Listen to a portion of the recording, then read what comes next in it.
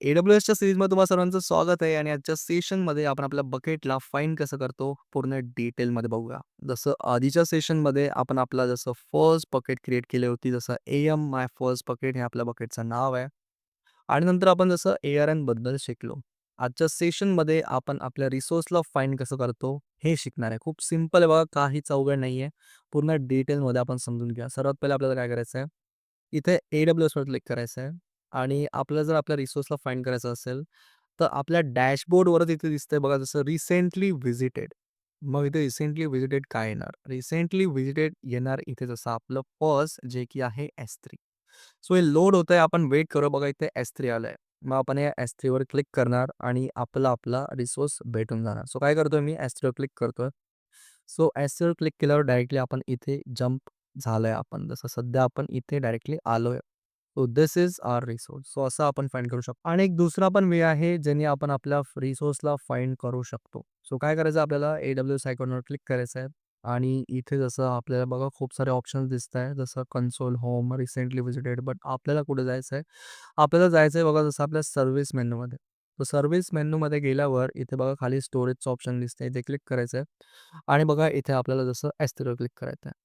So आता आपण बघा आलोय आपल्या रिसोर्सला आपण फाइंड केलं आहे. सो असं आपण आपल्या रिसोर्सला फाइंड करू शकतो आपल्या AWSमध्ये. So this is all about finding and resource in our AWS. So तुम्हा सर्वांना माहिती आहे, की आपण आधीच्या सेशनमध्ये एक बकेट क्रिएट केली होती आणि ती बकेट जी आहे, ती पूर्ण डिटेलमध्ये आपण बघितलं, की बकेट कसं क्रिएट करायचं. आणि आपण ARN बद्दल शिकलो होतो आणि आपल्या रिसोर्सला फाइंड कसं करायचं ते पण आपण शिकलो होतो. बट आता मला माझ्या रिसोर्सला रिमूव्ह करायचं आहे, म्हणजे मला माझ्या बकेटला डिलीट करायचं आहे. सो आपण ते कसं करणार? सर्वात पहिलं आपल्याला जायचं बघा आपल्या S3 सर्व्हिसमध्ये आणि आपण आधीच एक बकेट क्रिएट केली होती, जी की होती बघा am my first bucket. So मला या बकेटला काय करायचं आहे? डिलीट करायचं आहे. कसं करणार? पूर्ण डिटेलमध्ये बघून घेऊया. जर काही ऑब्जेक्ट्स असतील यामध्ये, तर सर्वात पहिले आपल्याला त्या ऑब्जेक्ट्सला रिमूव्ह करावं लागेल. त्यानंतर जसं आपण आपलं काय करणार? आपल्या बकेटला रिमूव्ह करणार. सो आता काय करायचं आहे? बकेटला क्लिक करायचं इथे आणि डिलीट ऑप्शन आहे बघा इथे. तुम्ही ते बघू शकता. क्रिएट बकेटच्या बाजूला डिलीट ऑप्शन आहे.